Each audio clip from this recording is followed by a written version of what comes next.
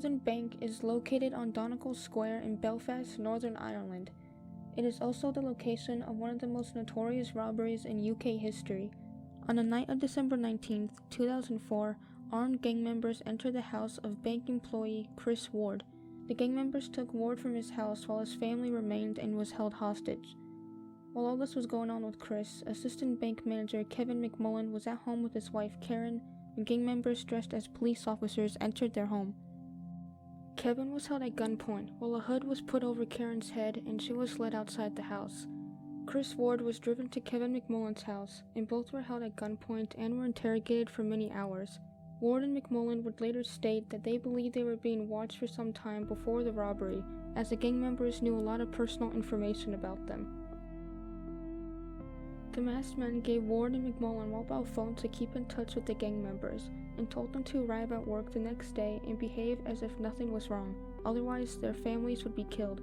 The following day at work, McMullen was told to have the employees leave early. No one was suspicious about this as it was Christmas time. Shortly after 6 p.m., Ward was instructed by the gang members to leave the bank with a bag containing £1 million in cash and give it to the robbers who were at a bus stop in Queen Street.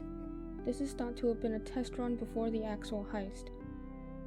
The bank lacked security, as there were only 2 security guards present and Chris was able to pass through the security doors without raising any suspicion from the guards.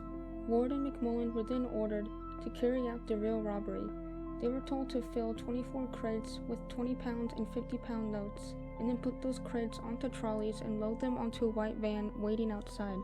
In order to avoid suspicion from the guards, Ward and McMullen used broken furniture to cover the crates and told them that they were cleaning up and taking garbage out and loading them onto a van. The 2 men had to take multiple trips out to the van, and each time the guards had to buzz them up, but somehow the guards were never suspicious of anything. After the robbery, McMullen and Ward were told they could finally go home. Ward's family was at his home unharmed, but when McMullen returned home, Karen wasn't there. It was later revealed that Karen was taken to a forest and was held hostage. She managed to escape and get help from a neighbor where she was taken to the hospital. In total, the robbers managed to take about £26.5 million. The Police Service of Northern Ireland, or the PSNI, were immediately called to help investigate, and suspicion immediately fell upon the IRA. During the investigation, the PSNI faced criticism because of the fact that they had no knowledge of such a big robbery. Just 48 hours later, the police were able to track some of the money. They had discovered that some of it had gone south of the border. 2 homes were raided in Dublin by the Irish Garda, but sadly no money was recovered. Not even CCTV was able to help, as quality was poor and there were no CCTV cameras in the loading bay area where the robbers were. In February 2005, 7 people were arrested in connection for the robbery. They were all later released, however.